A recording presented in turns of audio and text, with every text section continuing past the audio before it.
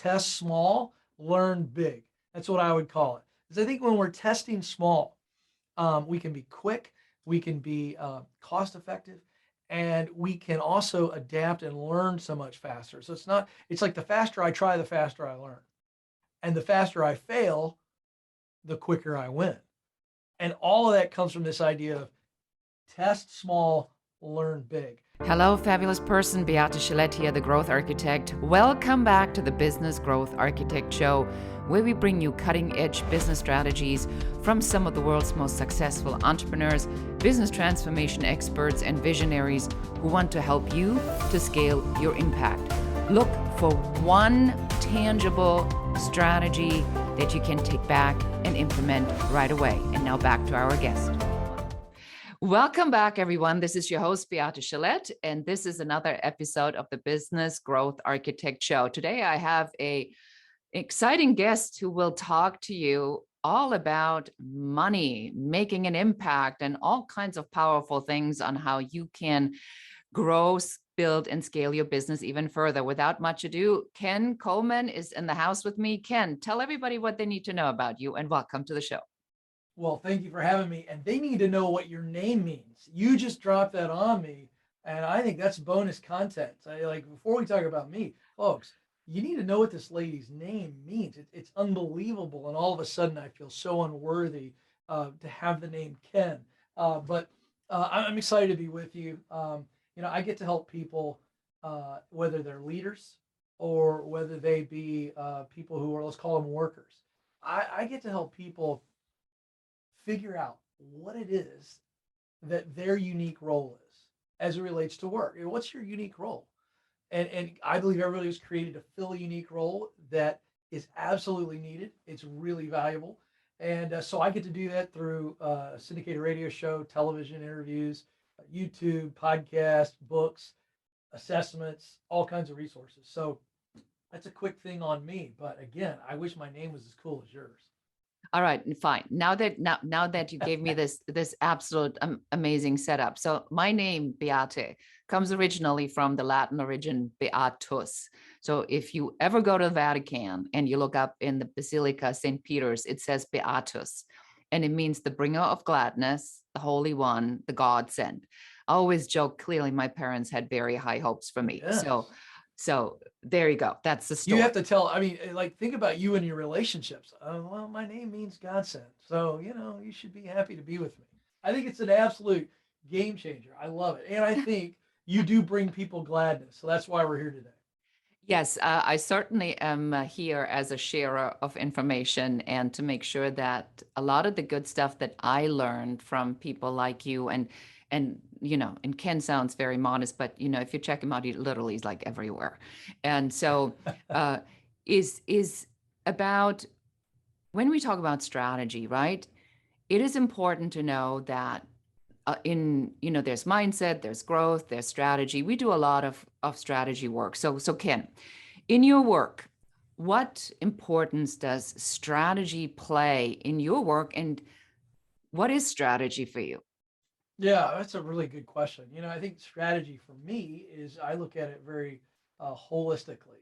And so if I'm going to use it in a sentence, right? So here's our goal. So if you look at it from a sports, I think it's probably a great metaphor. So here's our goal. We're trying to put the ball in the net. We're trying to score a touchdown, or we're trying to whatever the goal is. So how do we best do that? So I think of, the great moments, in football or basketball, a coach will call a timeout and consults with the team, draw the play up, whether it be in the huddle or with the coordinators. And you're kind of going, okay, we've got to get 4 yards, or we've got to score a 3-point basket, whatever it is. There's a very clear goal. And so then the strategy is, I think, holistic when we say, okay, it's not just the goal, but it is how we are going to go about achieving the goal. So strategy is our mindset. Strategy is the actual execution of said acts, so whether it's this guy sets a pick, this guy blocks over here, or we fake it this way, we run back this way, all of that is a part of the strategy. So I don't think you can just say, okay, here's the thing we've got to try to do. It's the strategy has to be really holistic in that here's a very clear, united goal. Here's our mindset. And then here is the plan of attack. This is what we are going to do from A to Z, 1 to 10, whatever, to execute on the goal. I think that's what strategy is. And so I think for me in the work that I do, my favorite strategy is, well, you think about the overarching goal. And so there need to be multiple strategies because we're trying to reach people on YouTube. We're trying to reach people on radio. We're trying to reach people through books. I'm trying to really engage with the education system and let's really disrupt some things. So there are so many different goals that strategies need to be as simple as possible. So my favorite strategy is the simple one. And I think no matter what the objective is, we look at it and we go, okay, what's the best and most cost effective strategy? So, instead of spending a bunch of money, I love testing things, trying things.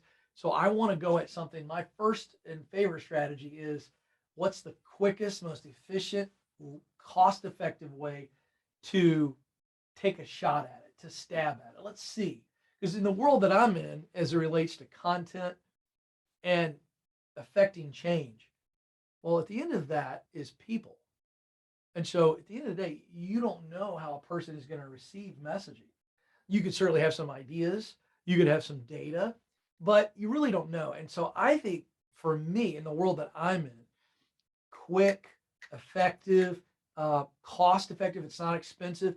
We're testing, testing, testing. The idea of throwing it against the wall and see if it sticks. And I think that you got to be nimble in the content space. So that's how I address strategy. And so I like the strategy to actually fit the characteristics of what we need to do. Because it just doesn't make sense in my world to take months and months and months, spend hundreds of thousands of dollars to try something. It just doesn't make sense. Oh, that's a very cool way to look at it. A strategy has to have the characteristics of what you're trying to achieve. You also said that mindset, plan, and goal.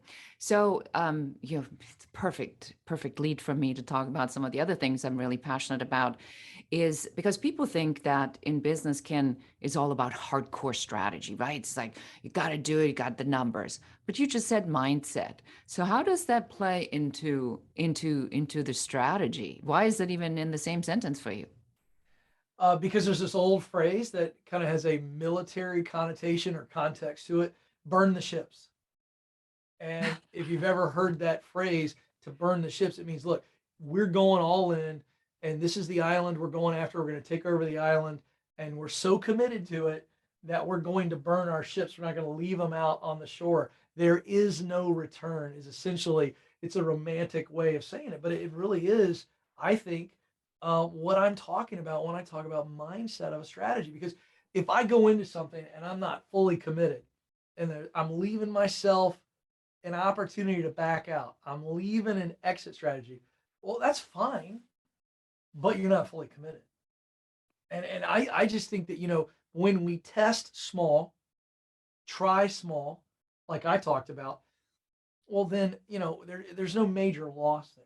You know what I'm saying? There's no like, there's, there's no like, oh my gosh, there's no return at all. We're not that deep into the test. I think there are times though where you have to say burn the ships. Where look, we're all in. We're committed to this cause, and we know the cause is right, and we don't know the exact perfect outcome or strategy. We have a couple strategies. We're going to go with the one that we think is the best. But regardless, we're not going to back down. We're not going to stop. We'll dust ourselves off. We'll figure it out along the way, but there's no turning back. And I think that that's got to be the mindset. Now, the mindset could also be, hey, it's a small test. It's not going to take us a lot of time. It's not going to cost us a lot of money. So here's the deal: we don't have to be afraid of anything. Failure isn't fatal. It's not final. So I think that your strategy, right, will dictate your mindset, or sometimes your mindset will dictate your strategy. So you said a couple of things that I really want to point out to make sure that the audience gets these finite details or fine nuances of what you just said. So a full commitment to a strategy doesn't need an exit plan, because you're either going to do it or you're not going to do it. That's There's right. nothing wrong with having a strategy that says we're going to commit, let's say, $1,000 ad budget, and then we'll go and see if it works, and it's either a go or a no go. That's right. But that's not an exit strategy. That's a strategy that has parameters on it. So you said that if I have in a strategy an exit plan and I'm not willing to burn the ships. So if somebody's listening to this and goes like, come on, dude, let's be real here, okay?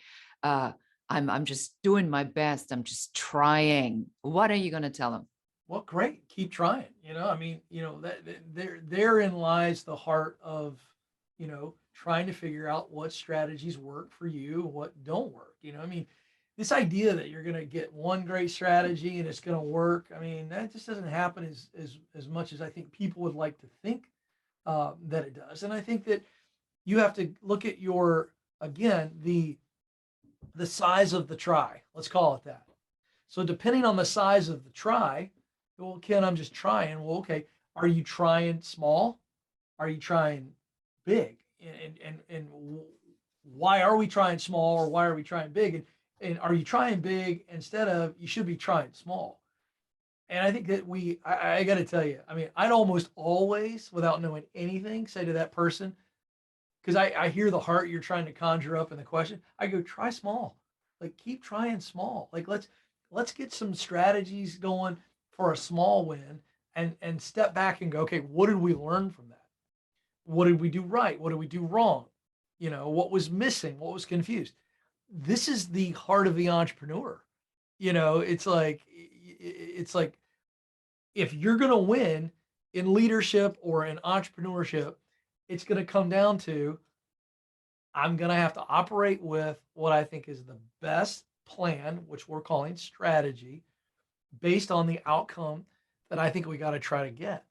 And again, if you feel like the outcome you're looking at doesn't have a clear cut strategy, the first thing I'd be doing is going, well, let's bring that outcome down a little bit. Let's pull back and figure out if there's a clear strategy for that. And then learn, then grow, then develop. I think that's a good easy way to look at it, because I think sometimes, especially in the era of internet marketers, we get so intimidated and overwhelmed by what's out there in information.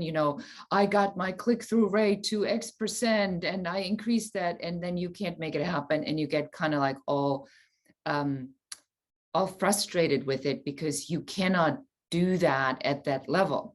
So having talked about what we talk about in strategy, what's your favorite strategy you're going to share with us today? I got to tell you, in my land, the world that I live in, which I'm trying to reach people through content, my favorite strategy is to test and learn and listen. I love to test. So we'll test something on our end. Maybe it's a lead generator or we'll create some new content. And then once I've done it, I want to learn, okay, how did that come across to the team? What did we feel about putting it together? Was it the best foot forward? And then I want to listen to the audience. I'm a big believer in audience feedback. What does the audience say? How did the audience interact with it? Did they stay with it longer? Did they drop off sooner? I'm just a big fan of the quick test, and I talked about that earlier. So my strategy is to test small, learn big. That's what I would call it. Because I think when we're testing small, we can be quick, we can be cost effective, and we can also adapt and learn so much faster. So it's like the faster I try, the faster I learn. And the faster I fail, the quicker I win. And all of that comes from this idea of test small, learn big. I think sometimes people want to go at this big, giant home run, and it's so hard to hit home runs. You think of the baseball analogy with a home run, you look at all the great home run hitters through history, Babe Ruth, Hank Aaron. You look at their numbers, they struck out more than they hit home runs. They also led the league in strikeouts. So, understand that if you're going to be a home run hitter, that comes with a lot of strikeouts. And that I'm not a home run hitter. That's not my strategy. I like to be the guy who let's test, let's go small, small, small, small, test quick, learn, adapt, grow, try it again. I just think to me, certainly in the content space, where you're competing for the eyes, the ears, the hearts, and the minds of people in a very busy, crowded world. That's the best strategy. You said something very important, because I think it just takes that anxiety out of this competition to perform and win all the time. Because if I focus like what you said, and I want to make sure that our listeners really hear this loud and clear, it is okay for you to set small targets with curiosity, with the objective to primarily learn. And then when you have your learning objective under your belt, then you really build out the strategy going forward. Am I hearing this correctly, Ken? It's absolutely right. I think it allows you to become that big locomotive. If you remember, any old movies, or if you just studied old trains, the locomotive, I mean, they didn't start fast. I mean, it's just kind of, choo, choo, choo, choo, choo, and keep going. And with those small tests, we get momentum. Instead of the home run, I want the small test, and I'm moving forward. Even see on a small test, even when I fail, I don't lose momentum. I'm still moving forward because I haven't gone backwards that far, right? So I'm tested. And that locomotive, once it gets going, it gets that headwind, and it keeps going with each rotation of the locomotive's wheels and that whole kind of contraption there with that big old steel bar, and it just keeps going, and then it starts getting steam, and now it is unstoppable. That is the mindset that I have.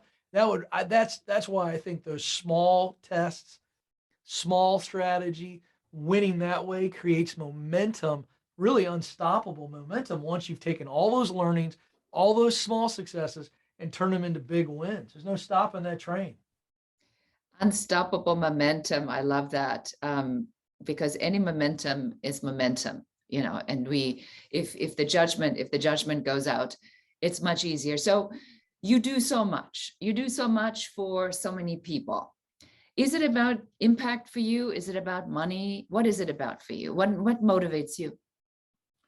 Yeah, influence and impact. If I can influence people to change their lives, to acknowledge that they have something unique that the world needs, if I can influence them to think that way and then act that way, then the impact they have, I have a little teeny, teeny, teeny, eensy, weensy little part of. So yeah, influence and impact is why I work. There's just no question about it. Money's nice, but I got to tell you, um, we humans have this unbelievable capacity to adapt. And I've met a lot of really wealthy people who are still searching. But I've never met a person who has tremendous meaning and fulfillment in their life. I've never met them and said, man, they just seem to want more. Well, those people always seem to have enough. So money's not the pursuit, it's influence and impact. Have you noticed that when you meet these people, they all have this kind of particular glow about them? Yeah. Yeah. Yeah. You know what it is? It's a sense of significance. They just know. They just know I'm making the significant difference that I'm supposed to make. I'm in the significant role that I enjoy. I'm getting to impact the people in a significant way that connects to my values. What you're seeing there is a sense of joy. It's so much deeper than happiness. It is a true sense of meaning and joy. And so that glow comes from that. Yeah, I would agree with that. It's really interesting that you said that. That made me really think about this, that the people that I have met in my life that are, because there are people that are successful, that kind of crack the money code, and and they're banking in the dollars. But you're right, that doesn't equate necessarily happiness, but people who feel that they are in their purpose and that they're making an important contribution, whatever that may mean for them, on whether that's animals or people or teaching, education, whatever that might be. I do agree they have a different sense about life. Am I articulating this right? It's absolutely right. Again, so every human being longs to make a difference. So you could say we were created and we come into this world with a longing for belonging. We long to belong. And I don't want to get into this word study because I'm a word nerd, but I mean, longing and belonging, those two words are related. But the way we use them is longing is I desire. Belonging is about identity and community. Okay. Mhm. And so what's interesting is that you don't ever have to teach a human how to wonder, what should I do with my life? You just don't. Like, nobody has to teach you to wonder that. Everybody comes to that question at some point in their journey at different times. But we humans, I'm tell you something, you can separate us geographically, politically, spiritually, whatever. And the one thing every human being has in common, those who aren't psychopaths, we got to allow for those wackos. But the reality is, even at some point in their life, they long to make a difference. We long to belong to this world, and we long to see that we have a positive impact on others. Yes, I agree with you that the search the search to find your spot is what should drive all of us. And I think what you said when we first started the interview, Ken, that you said, I help people, whether they're entrepreneurs or whether they're just people, to help find that purpose. So this is really what it's about. It doesn't matter who comes to you. No, I help leaders, I help students, I help retirees. I mean, every person is united in this desire to make a difference. And I'm helping people specifically in the area of work because I just think that life is way too short to not live your life on purpose at work. Because I think we were created to contribute through our work. And so that's my entire mission, is to help as many people get that enlightenment and then get equipped to actually do something with it. Well, I mean, let's get real here for a second. I mean, what I see a lot of times is when we look in the structure of how it's been laid out, from the educational system into the transition into work. And it goes like, and then you learn something that you is already exists, you regurgitate this your entire life, and then you die. And that Yeah. is that's hardly the stuff that dreams are made out of. And I read this I don't know if it was a study or where it was, but two people last week told me that they read this book about regrets that people have when they just before they die, and it's always about not having taken advantage of being more courageous. So before we start to close out the show, I want you to talk a little bit about courage, because I have a feeling that that's a lot about what you teach, is to have the courage to believe that you're here for a purpose, for an impact. Yeah, I'm glad you brought this up because I think we as humans make a mistake in assuming that we can summon courage seemingly out of nowhere. You know, like, be courageous, have courage. You know, we say things like this, and it's like, well, where does courage come from? Like, courage is not something that we can just summon. And so the way I break down courage is that courage is the result of clarity and confidence. So clarity breeds confidence, gives us confidence, and then confidence is where we summon courage. But absent of clarity and confidence, there is no courage. The best way I can describe it is, if you've ever read a story or watched a TV story, a news story about a everyday person who maybe happens upon a car accident, maybe in the river or lake, or maybe a car is on fire, and we learn about this person as somebody who stepped into a very dangerous situation, endangering their own life to rescue another human, somebody they don't know. And we marvel at that courage, and we call them a hero, and they are. And then the news types, you know, they'll be interviewing them, and they'll ask the question like, you know, what were you thinking? I mean, what made you decide to put your life at risk? And inevitably, it's the same response. It's but I showed up and I saw that something needed to happen, and before I knew it, I was just doing it. And we marvel at that great courage. But did that person just get courageous in the moment?